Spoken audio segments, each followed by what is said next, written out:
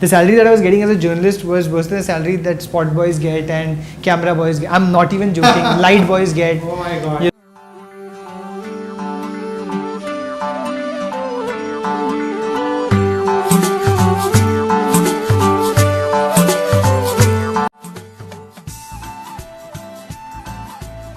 Hello friends, this is Saurabh Rathore and welcome to yet another episode of Middle Class Problems, the only definitive podcast where I talk about the problems related to youth in big cities. And today's topic is very important topic and a very ignored one. It is about mental health. Usually you would have seen that we talk about these things on social media and the new age websites also talk about it, but rarely we do come out and talk about it in open. Even the President of India recently said at one of the events that mental health in India, there are more patients than the entire population of Japan. It's so ignored that even WHO came out with a report which basically said that mental health eventually affects your physical health also. Also, there is an acute lack of psychologists and psychiatrists in the country, and that's a big problem why a lot of people don't get the support that they need at the right time. So the guest we have today is Nikhil Taneja. He's somebody who is going through the problems related to mental health, and he has come out in open recently and spoke about it on various social media websites. So today we are going to be talking to him and understand what he goes through and any tips or suggestions that he would like to give to people who are suffering from such illness. So welcome Nikhil to my podcast, Middle Class Problems. Thanks so what do I tell you about Nikhil? Nikhil is a man of many talents. He has been a journalist in the past, he's a writer, he's also been part of Y Films where he was heading the development section for them. He also gave a TED talk on kindness, I guess. So he's basically the most versatile guy I know right now. So Nikhil, first of all, for an audience, would you like to tell us that how did you come to this city called Bombay? I mean, what is it that led you to come to Bombay? I think like most other people, I'm also an engineer. So I think that's the Also, he's an engineer. key requisite. अगर आपको जिंदगी में कुछ भी करना है, कहीं भी पहुंचना है, पहले इंजीनियरिंग करो, उसके बाद वो करना. So I'm obviously a writer producer now, but I used to be. I mean, I've studied engineering, but I think the greatest thing about engineering is that within the first year of doing engineering, you realize ये तो मैं कर नहीं सकता. Then you have 3 more years to figure out आप मुझे करना क्या है. Okay. So 4 years of engineering that's really how I spent it. I was like, I can't do this. So where did you do your engineering from? I studied in this college called NIT Kurukshetra. National Institute of Technology, which used to be previously called REC. Okay. And I wrecked my life there. And what subject, what branch? I was doing computer engineering. Oh, nice. Okay. But the great thing about my college was that I think it had this great mixture of diverse students from across. There was a lot of Haryana-based students, obviously, because that's how NITs work. You have 50% from the state where the NIT is located, and the rest of them are from the rest of the country. So the greatest thing about, as a storyteller now, when I look back, I realized that because I knew people, there were so many people from so many different states. I actually have a friend in pretty much each state of the country because of that college. And I have an understanding of all points of view, all diverse points of view, having studied there. So engineering, I think कुछ की नहीं वहाँ पर जिंदगी के बारे में I think I've learned a lot. Okay, that's great. But then I sort of, while I was studying there, I realized that I can't do this now. What else can I do? And I used to really be interested in writing. Since I was a teenager, and I was grown up in Bahrain, and I've been writing since I was quite young. So then I started writing there. I had a magazine over there called Graffiti, which is a college magazine. I became the editor of that magazine. Wow. I also became the college school, the official college magazine's editor. So then I started just taking up those roles of writing, and I did a little bit of teaching as well. And I realized this is probably what I want to do. And then I saw this show called Studio 60 on the Sunset Strip. Of course, it's one of my favorite shows, man. I love it. Yes, well, not many people know of it. It's a show by Aaron Sorkin. And that's the only reason I saw that show, because of Aaron Sorkin. Well, correct. Yeah. So I saw that show while I was in my 3rd year of college, and then it had Chandler Bing or Matthew Perry over there, and he was what he did in that show. He was a writer producer in that show. So I saw that show and I was like, I love what this guy is doing. I don't know what exactly it is, but I want to do this forever. It looks very interesting. Yeah, it looks very interesting, and I think if I want to do this, and then that show was so inspiring to me. I thought, if I can make something like this, which is even like 5% this interesting, then perhaps that will be a great goal for my life. So then I came to Bombay to do that. I wanted to make, I wanted to be Matt Albee. And be a writer and producer. So just after seeing the show, you decided to pack your bags and come to Bombay. Pretty much. I had to wait, knowing what you're going to be doing here. No. Okay. I mean, I had to wait for another year, obviously, because I had to finish my engineering again. वही होता है ना, पहले खत्म कर लेते हैं, degree तो मिल जाए. Okay. But then I applied in a lot of places. I ended up getting through Hindustan Times. Wow. Because my writing skills were pretty decent. But nobody really wanted me in the media and the entertainment circuit because I had done nothing over there. Of course. So then about 3 years I worked at HT, and then I got an opportunity to get into MTV.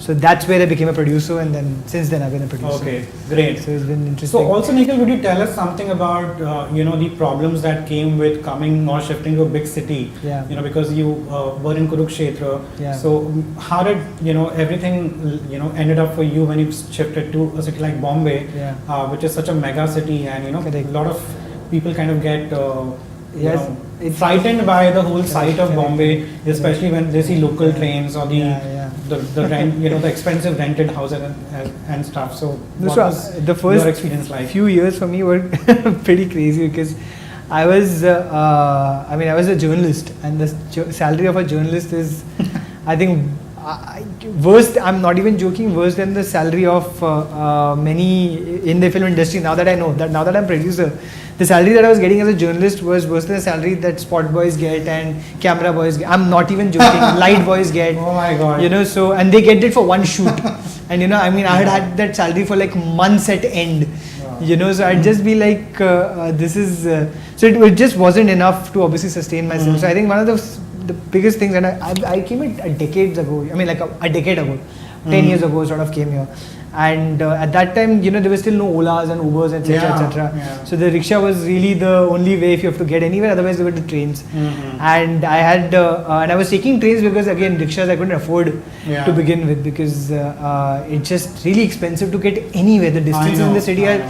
My office was in Mahim, but if I wanted to find accommodation in Mahim, I would have to literally give up all my salary and then beg my parents for more money. I know. To sort of get through the month itself. Okay. And I'm not kidding. With my salary, they used to be like, at the end of the month, I'd have to literally, अगर मेरी चप्पल टूट जाती थी ना, so I'd have to call my parents and say, मेरी चप्पल टूट गई, मेरे को पैसे नहीं है, चप्पल के लिए पैसे चाहिए. Okay. And so then traveling is the only way you do it. You buy a pass and then do it by train. Yeah. But then when you're going by train in Bombay, literally every day is a near-death experience. Because every day is like, will I survive? Will I not survive? Will somebody push me down? And slowly it's sort of gotten better. But in the first couple of years, it's just really difficult to get over the fact that this city is constructed not in a very efficient manner. I know. So your office could be in one end, and you just may not be able to afford rent in those places, so you'll have to find accommodation some other end, and then the whole extreme suburbs of Bombay. I keep joking that I grew up in traffic. I've grown up in traffic because that's really where I spend most of my time. I spend most of my time in traffic. Only, So if anyone asks me where are you from, I say I'm from traffic because that's where I stay mostly. I know. So Nikhil, coming to the topic of the day, which is mental health. So recently you have spoken openly about your problems with it. First of all, I would like to understand what is it that you're dealing with right now. What is the definition of anxiety? If you can, put that out in layman's term, right now. So just to give some background to this, so what has happened is that, and you see, anxiety and depression, these kind of mental health issues, you don't really realize when they. Because there's no sort of definition it's not defined really well in public, so you never really see a certain amount of anxiety and certain amount of sadness. Everyone sort of goes through. As they go along in your careers, and expectations and reality and everything that sort of happens. But when does it get so bad? And you don't really realize it's gotten bad until it just starts hitting you in a physical way. So what used to happen to me was I was working with YRF about, until very recently.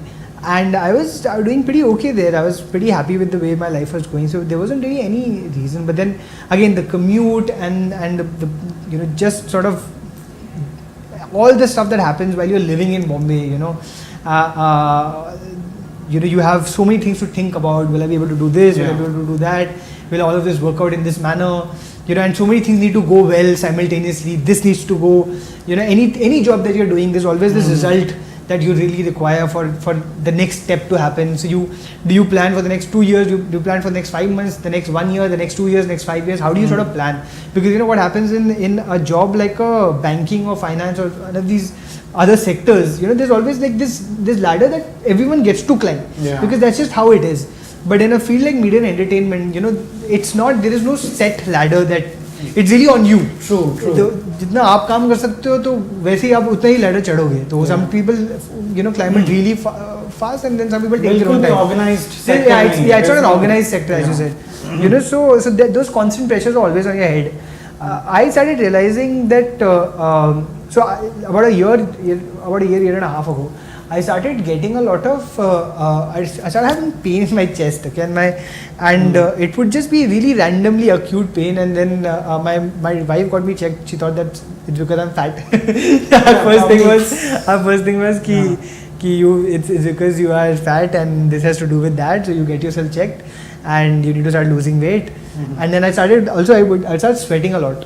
And so I got myself checked, and the results were what they were. But the doctor said that this is not, there's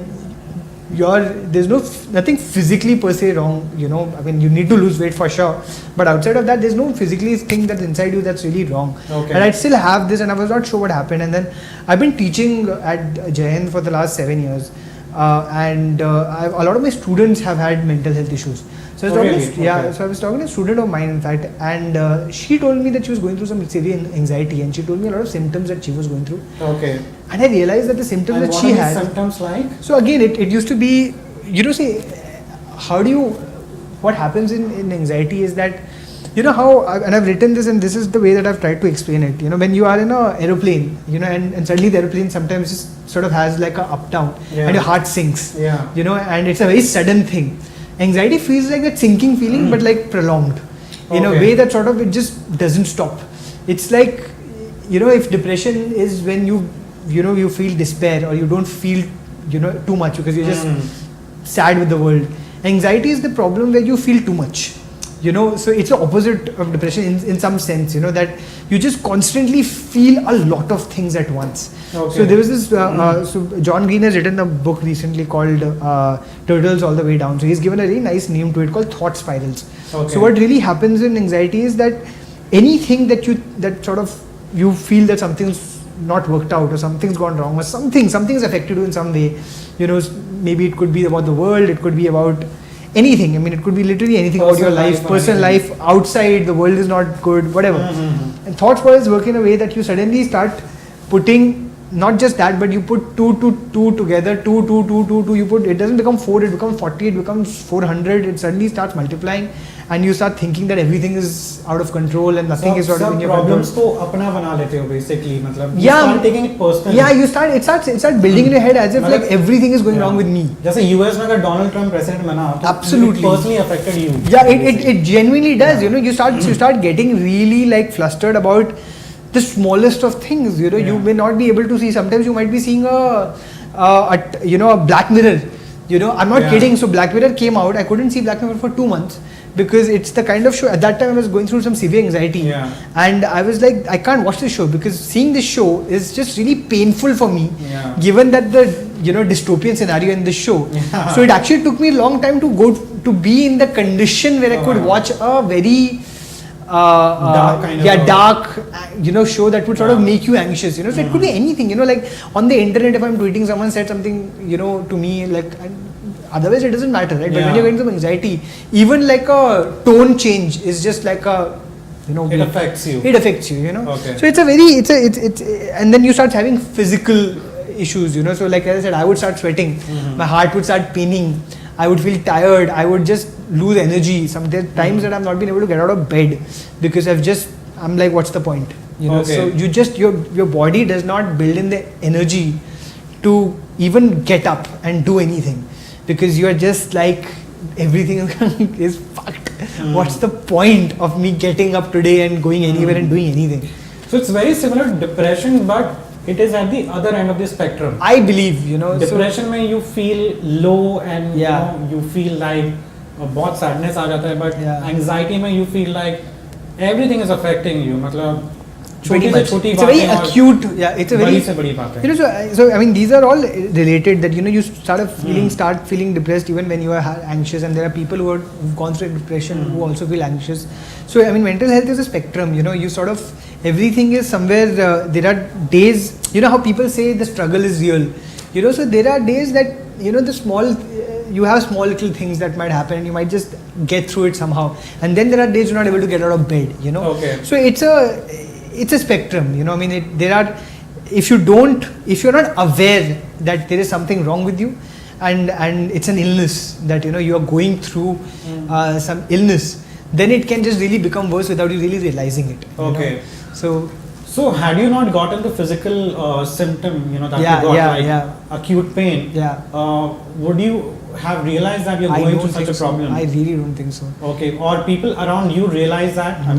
Is there any way for them to realize that you are in this problem and they need to kind of address this, or this is going to get worse? Is there any way they can figure out, you know, that this person is going through some kind of a problem? You know, I think it's a general lack of, you know, if a person is a certain way all the time, and then the person starts behaving slightly differently.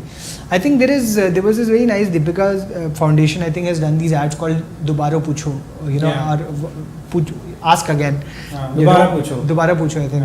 You know, that if someone seems to be not in their regular state of mind, or you know, I mean, if someone's always jovial or someone's always spoken to you in a certain way, but then it's not like sometimes you just have an off day, you know, so it's not about one day, but if you see for a persistent amount of time, people are not really themselves, so to speak.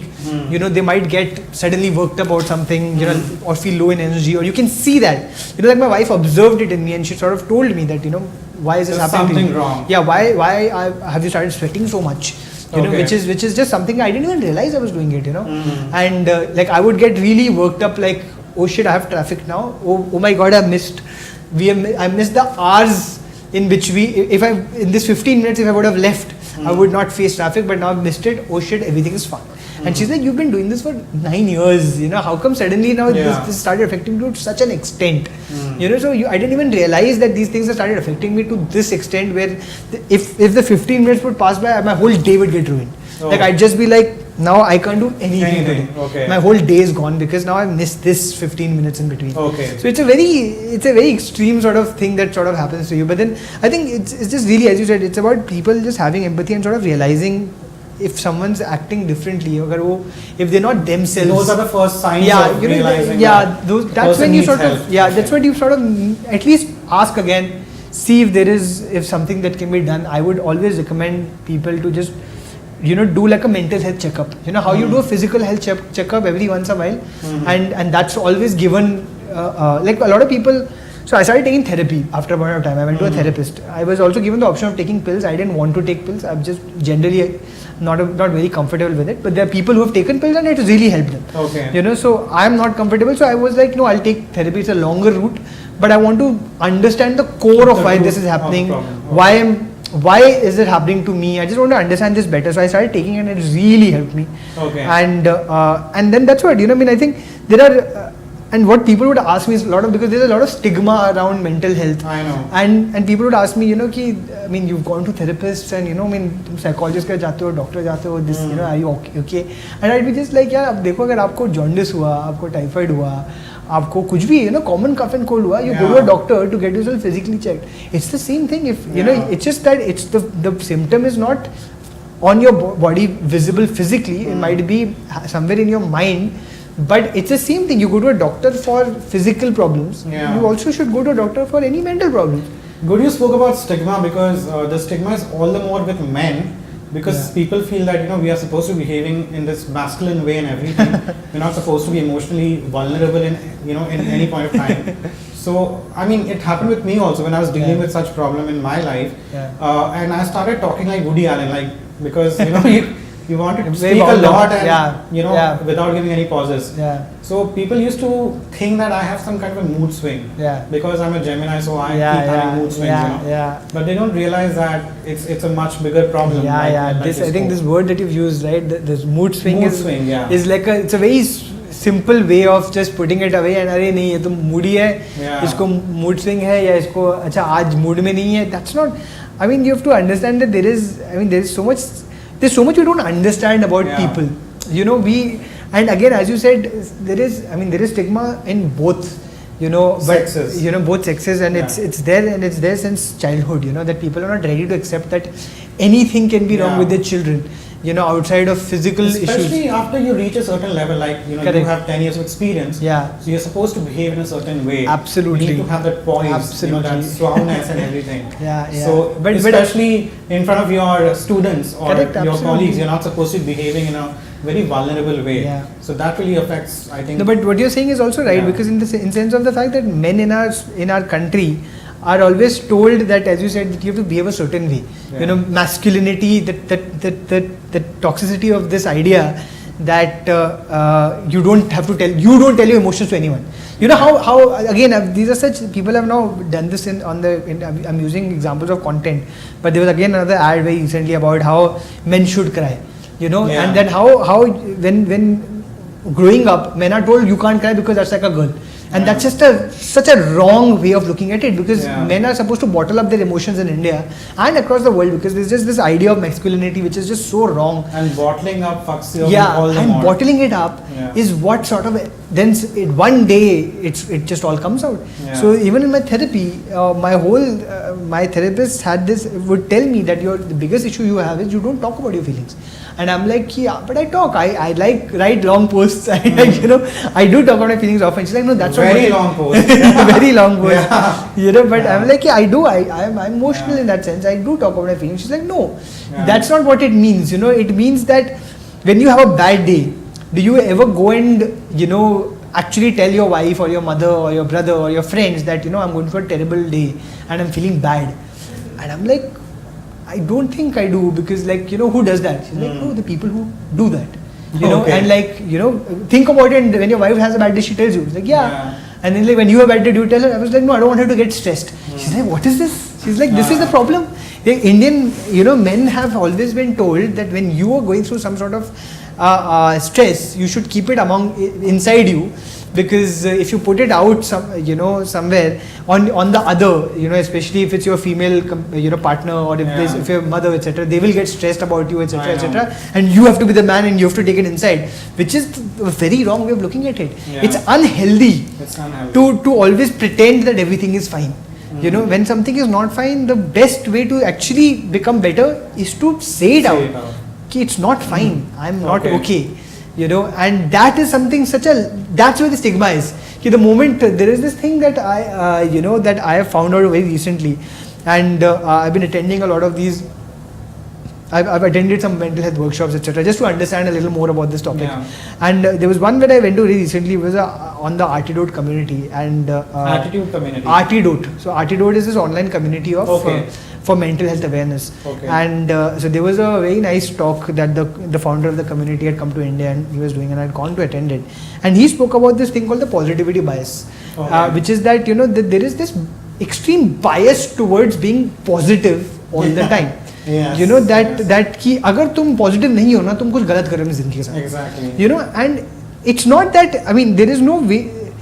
It's not that we should change our. Of course, the ideal thing is that we should always aim towards being happiness, positive, and being positive and just being happy, and in general, a life that the point of your life should be to sort of get to a place where you can be happy in what you do, in the people that you stay with. But the positivity bias is that कि अगर तुम आज तुम्हारा mood खराब है ना, mood क्यों खराब है तुम्हारा, पॉजिटिव क्यों नहीं होते, or for that matter कि something's gone wrong, अरे don't worry, just be happy and everything will be fine. No, you can't do that, because if you don't let people talk about these feelings or feel those feelings. You know, and that's the problem with our society. We don't let people feel things. If you're not letting someone go through the sadness that they have inside of them for whatever it could be anything, कि मेरा कब टूट गया, or it could be someone's passed away. But you know, to that extreme, you need to give people time to be sad, and if you know, and get over that sadness. Okay. You know, of course, we shouldn't also let it fester for a long time, but we shouldn't immediately say no, don't be sad, be happy. It's okay to be not okay for a little time. That's when you sort of feel it, observe it, then let it pass on, and then you can, I think it's a lot more healthier way to live. Otherwise then it sort of comes one day, suddenly you wake up and you realize that I've kept my feelings bottled up for control. It's gone out of control. I've never remembered my feelings, and now I'm in a place where suddenly I have anxiety. Yeah.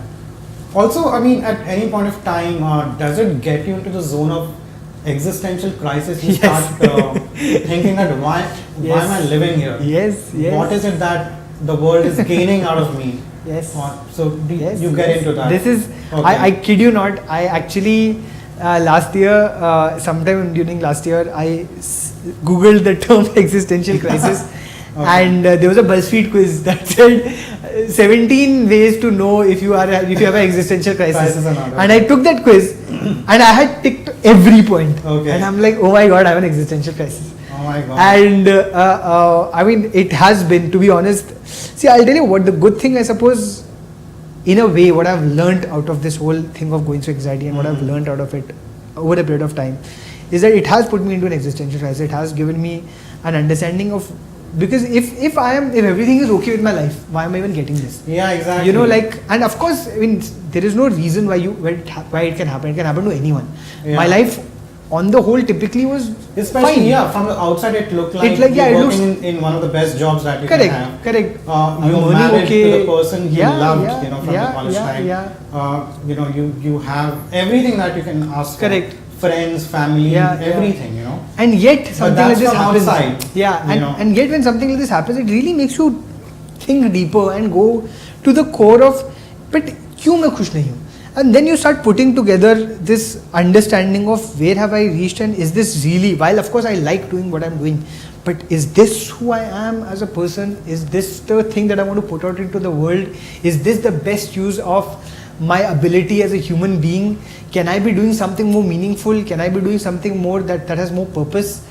And all these questions are coming up, you know, and I think, I mean, I feel that I'm in a much better place now after having quit YRF, and I've quit because of this whole thing, because I got anxiety and I realized that I need to now figure out what I want to do with my life next.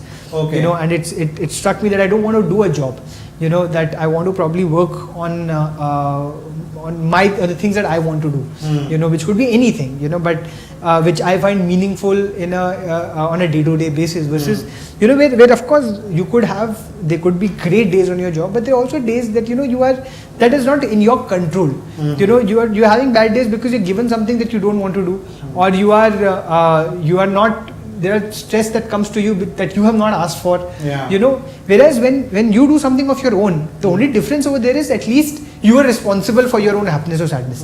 It's not somebody else's, you know, or at least that's what it feels like at this point of time. I could be completely wrong, but you know, I mean, like, I think you do go through these feelings, and it's very important to understand more than just like be like, BuzzFeed quiz, yes, I have existential crisis, put it on Facebook, existential crisis ho gaya mujhe, I don't know what to do, you know, and listen to Imtiaz Ali songs. No, but I think it's important to understand why you're going through this, which is where I believe therapy can really help.